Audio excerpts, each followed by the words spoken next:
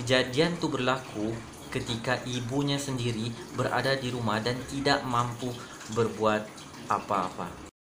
Assalamualaikum warahmatullahi wabarakatuh. Salam sejahtera, salam perpaduan kepada anda di luar sana, konco-koncoku. Welcome to my channel.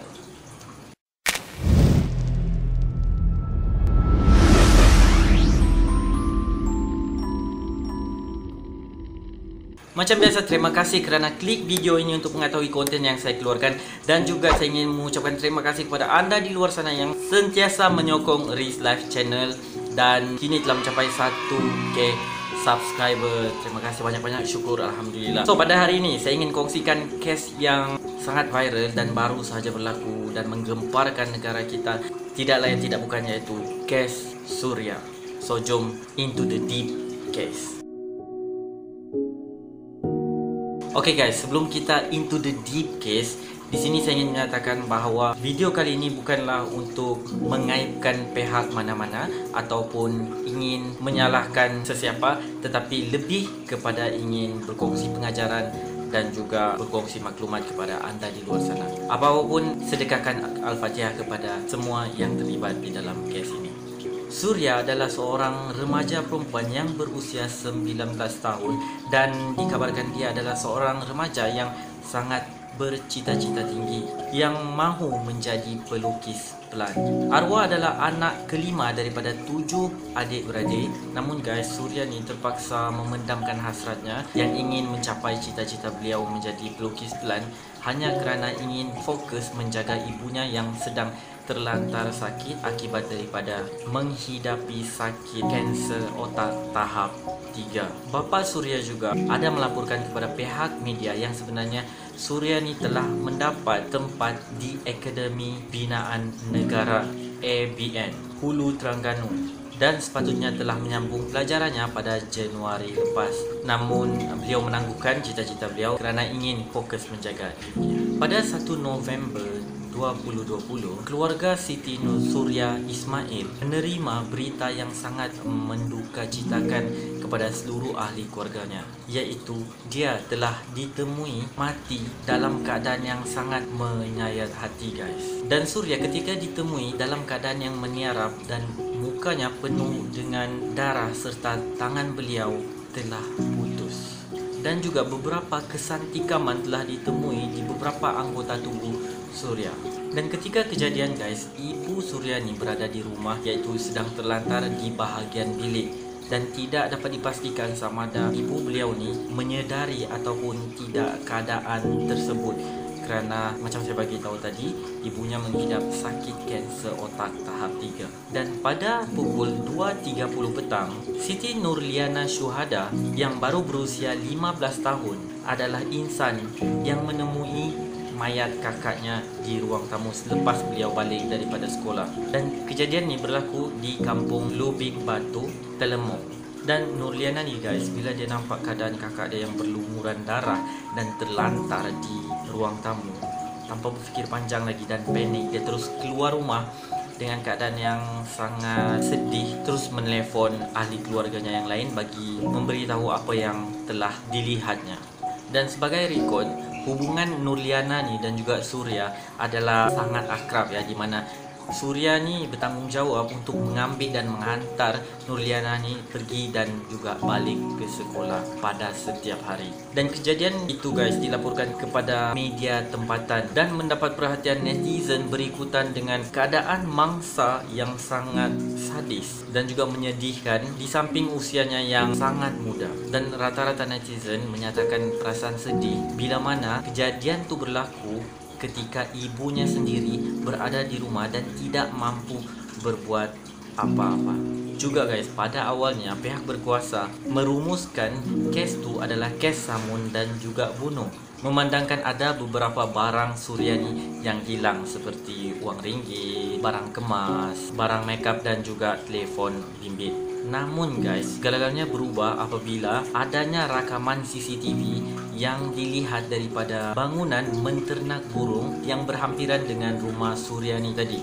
Dalam rakaman tu dilihat ada sebuah motor EX5 yang keluar masuk ke dalam kawasan rumah Surya pada sekitar pukul 9 pagi. Dan yang membawa motor itu pula adalah kelibat seorang perempuan yang bertudung dan juga bersanggul tinggi. Sejurus lepas video tu ditemui, kelibat perempuan tersebut adalah menjadi suspek utama, di mana dia adalah insan yang terakhir kelihatan di rumah Surya pada ketika itu. Suspek ataupun saya hanya gelar namanya A, berusia 19 tahun, seorang remaja dan juga kawan baik kepada mangsa iaitu Surya, adalah perempuan yang dimaksudkan dalam rakaman CCTV tersebut. Ditemani ibunya, beliau kemudiannya hadir ke balai polis untuk membuat laporan dan juga memberi keterangan bagi membantu siasatan di Balai Polis Daerah Hulu Terengganu. Dan juga berdasarkan dua sumber laporan media yang berbeza, iaitu Sinar Harian melaporkan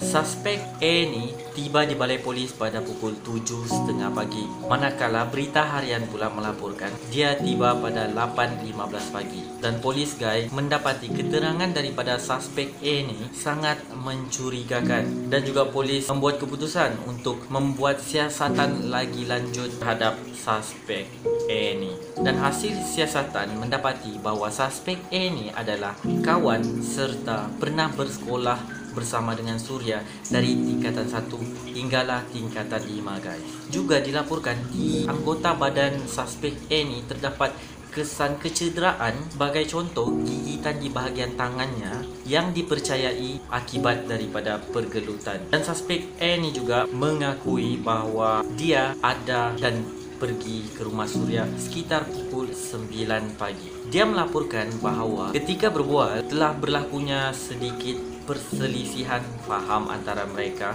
hingga membawa kepada pergelutan. Dipercayai pergelutan tu telah berlaku di dalam ruang tamu Surya. Ketika dalam pergelutan tu guys, suspek kemudiannya sempat mencapai sebilah pisau yang terdapat di situ dan juga mengelar tangan mangsa beberapa kali sehinggalah putus. Dan juga guys, yang paling sadisnya terdapat juga kesan tetakan ataupun hirisan di bahagian wajah, leher dan juga dada Surya. Mengikut laporan pihak berkuasa, ketika perbualan tu berlangsung, kononnya telah berlaku sesuatu seperti sindir menyindir antara mereka yang telah men-trigger kemarahan suspek A ni tadi dan mengakibatkan dia melakukan sesuatu di luar jangkaan.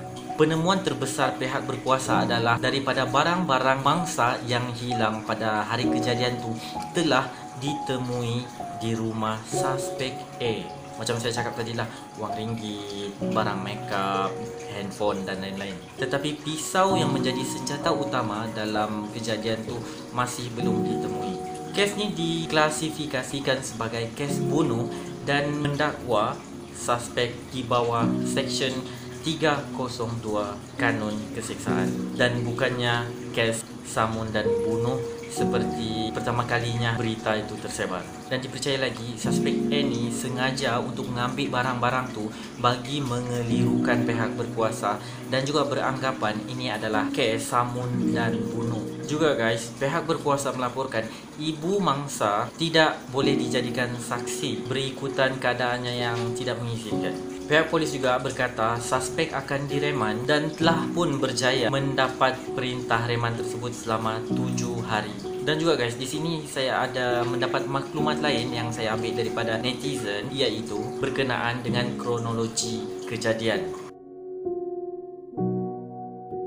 Pada jam 8 pagi, Muhammad Zahid Azrul berusia 28 tahun, iaitu abang kepada mangsa, telah menghantar makanan iaitu bubur ke rumah beliau untuk diberi kepada ibunya. Dan pada 8.30 pagi, Azrul telah pergi bekerja. Dan juga mereka berkata pada pukul 10 pagi sepatutnya ibu mangsa telah selesai bersarapan seperti rutin hariannya. Juga telah selesai ditukarkan pampers. Dan pada pukul 1.45 petang yang sepatutnya Surya mengambil adiknya iaitu Nurliana di sekolah tidak muncul-muncul. Dilaporkan juga Liana ni telah menelpon Surya beberapa kali tapi tidak berjawab, dan kemudiannya Nurliana mengambil keputusan untuk berjalan kaki untuk pulang ke rumahnya. dan jarak antara sekolah dan rumahnya adalah sekitar 1 km. Pada 2.15 petang, Nurliana telah menemui mayat kakaknya di rumah dalam keadaan tertiarap dan juga berlumuran darah serta tangannya yang terputus. Dan juga Denny memikirkan mungkin kakaknya terkena renjatan elektrik dan juga telah menghubungi ayahnya yang bekerja dalam jarak 5 km daripada rumah mereka. Pada 2.30 petang, ayah Nurliana pun sampai di rumah dan mendapati Surya telah meninggal dunia. Juga bubur yang dibawa tadi tidak dimakan serta pampers kepada isteri beliau juga tidak ditukar. Dan seterusnya guys adalah kronologi di sosial media. Pada 1 November telah berlakunya satu kes pembunuhan tragis yang berlaku di kampung Lubik Batu, Temelong, dan juga para netizen menyangkal kejadian itu adalah angkara daripada matpet ataupun penagih dada. Bagaimanapun tekan tersebut meleset. Dan menurut ayah kepada Surya, suspek A ni ada beberapa kali datang ke rumah mereka, memandangkan Surya dan juga suspek A adalah kawan. Bapa Surya juga ada menyatakan bahawa dia berharap bahawa pembunuh kepada Surya dapat balasan yang setimpal. Juga beliau ada melaporkan bahawa pada mulanya dia sukar untuk menerangkan ataupun memberitahu hal sebenar kepada isteri beliau. Walau bagaimanapun masa jenazah Surya dibawa keluar dari rumah, beliau akhirnya menerangkan kepada isteri beliau apa yang telah berlaku.